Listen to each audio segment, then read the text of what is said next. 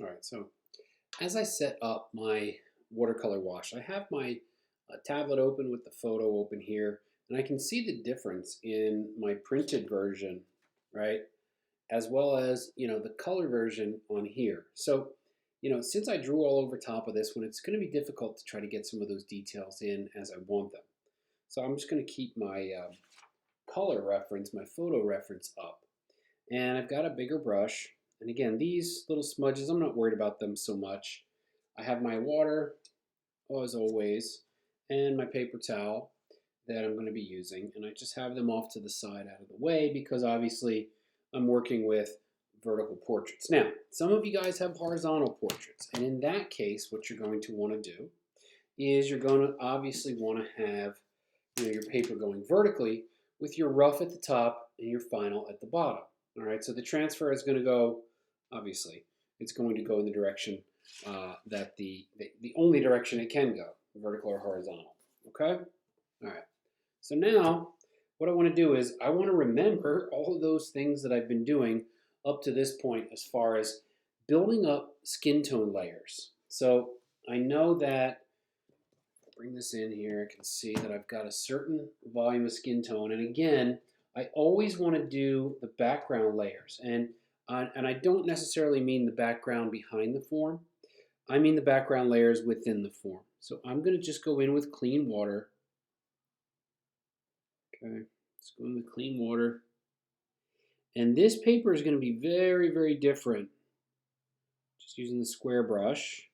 And again, I can put some clean water in here in the neck because I can see that the skin tone travels beyond. I'm not going to paint in the area around but I am going to, around the mouth because the teeth are light, but I am going to paint in the area around the jaw, over the nose, right over the nose, right up to the teeth there.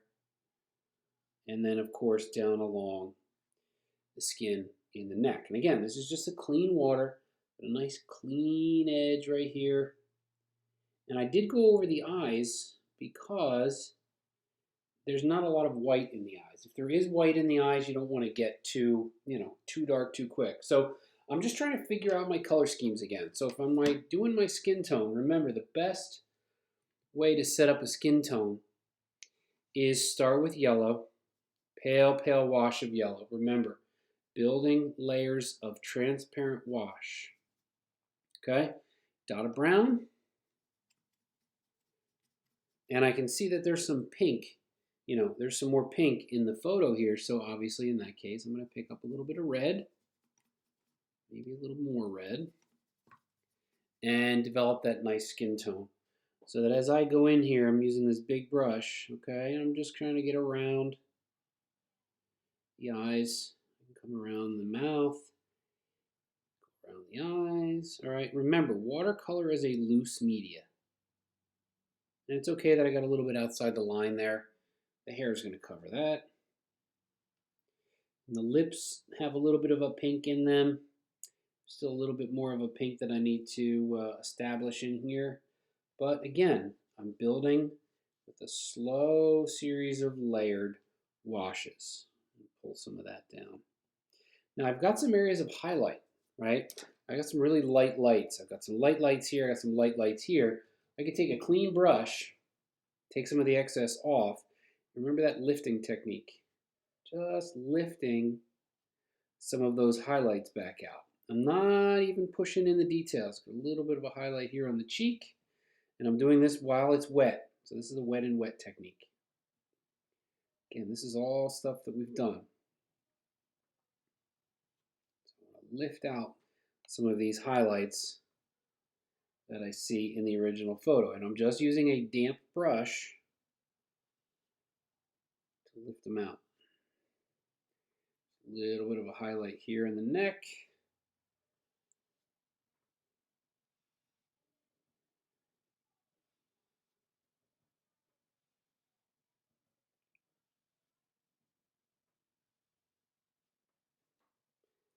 A little bit of a highlight here on the chin.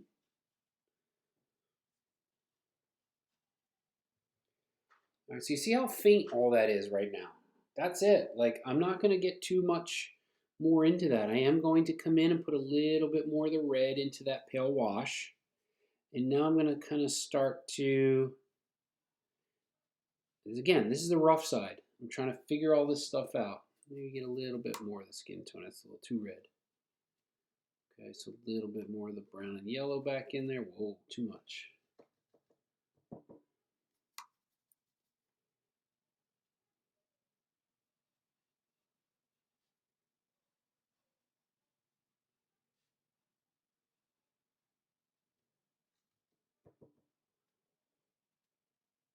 So I'm just softening.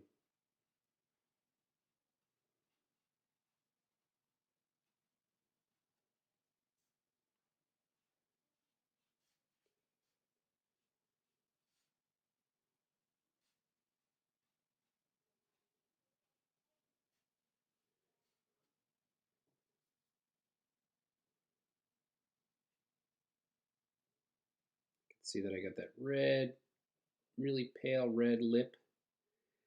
And then I got the same thing at the top. A little bit more of that red in there. So I got more of a dry brush. I'm just trying to establish that that lip shape. Whoa.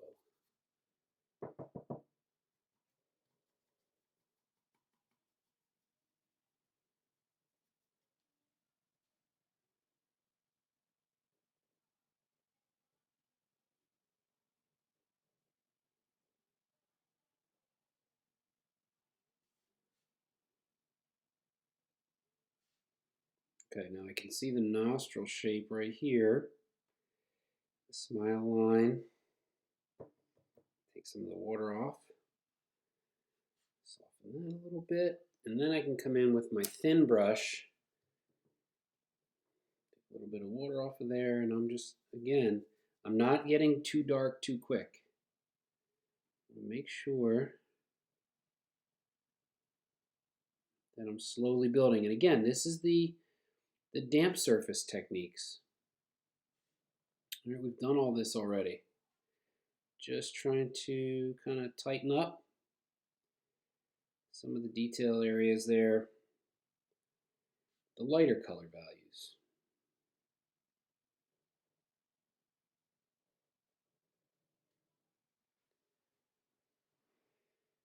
Okay, I've got some darker tones in here.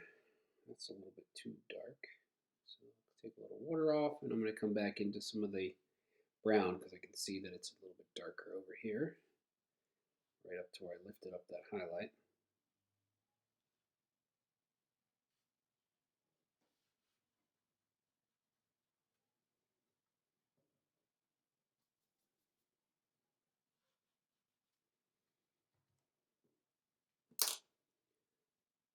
Come back to my round brush.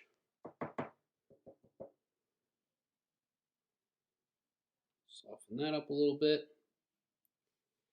And I'm going to blend it into that.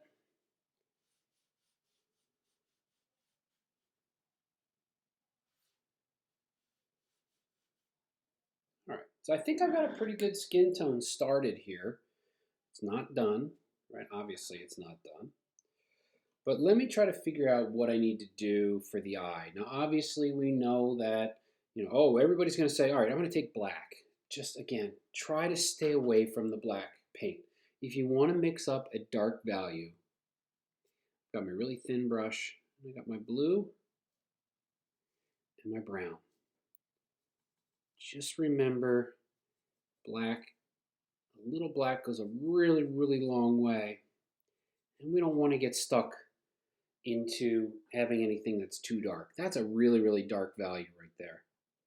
So what I can look at now are, with the really thin brush, I can look carefully at where I had some of the details, and I'm using that thin brush similarly to how I did right there. The eyelid crease right there, get the other eyelid crease here, and while I have it mixed up, I'm going to come over on this side.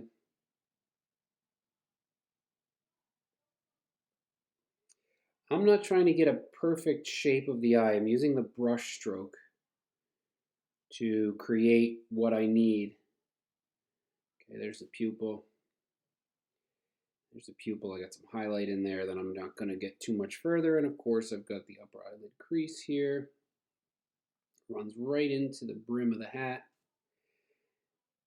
Shape of that looks good.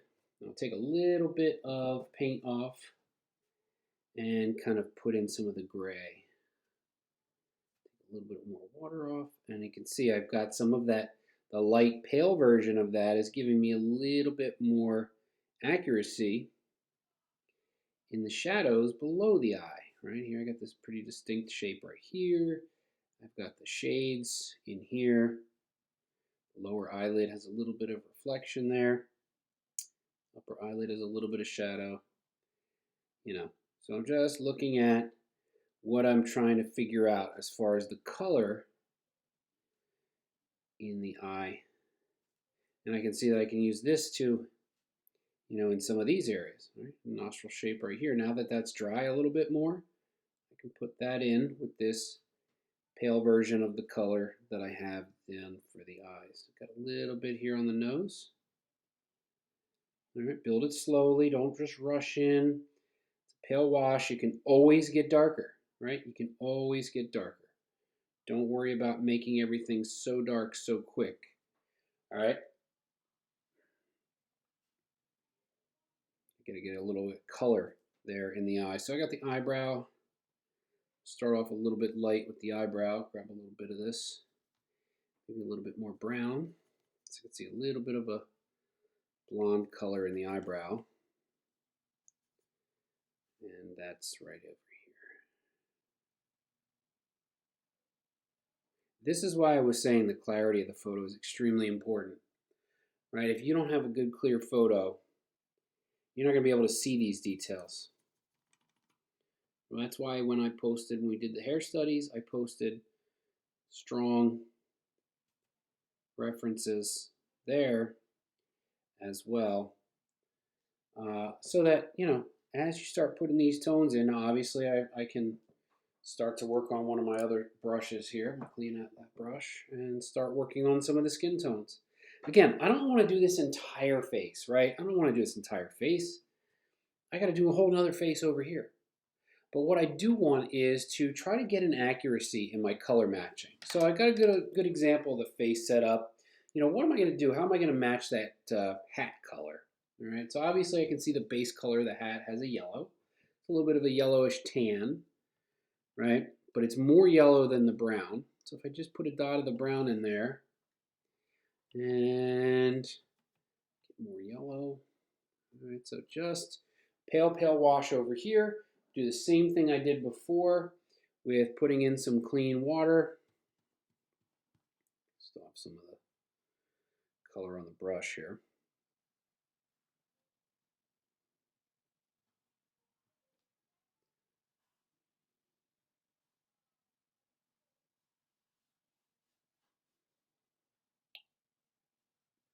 Base washes, again, it's always important. See that comes down into the hair right here. So I'm just kind of going up along the edge of the hair. Same thing over here, the shoulder.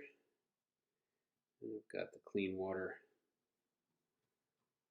Just putting in the shape of the hat. Okay. So again, that hat is very, very textural. But I'm not going to put any of those liney textures onto the hat yet. I just want to try to get a good accuracy in the tone. Pretty good. A good yellowish tan with a lot of water.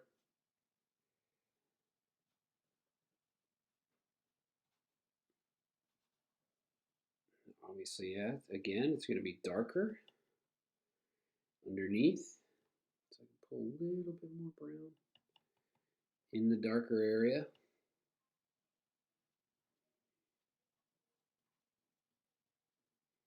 Got the hair color, obviously, that I still have to get in there.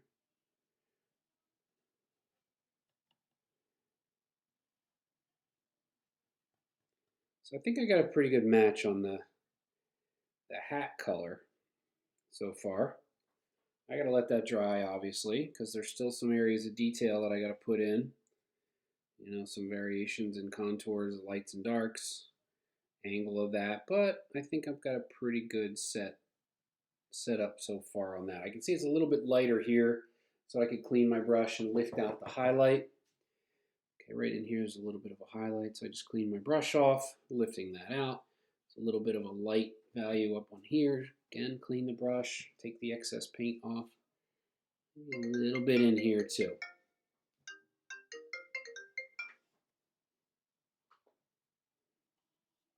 And then I can start working on what you guys all have a strong ability in after completing everything is the hair. What do I do for the hair?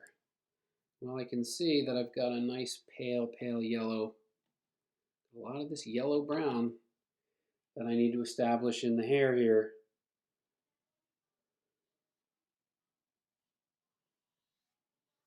And I'm going to start to establish some of those base washes like I did in the hair project. All right, leaving some of the white where I've got those bright highlights, and then just kind of slowly building some of the light values in the hair. Figure that out as I go. All right. Once I get some stuff figured out here, obviously there's still some darks and values that I need to put into the face. Then I'll be able to incorporate that better over here on the final.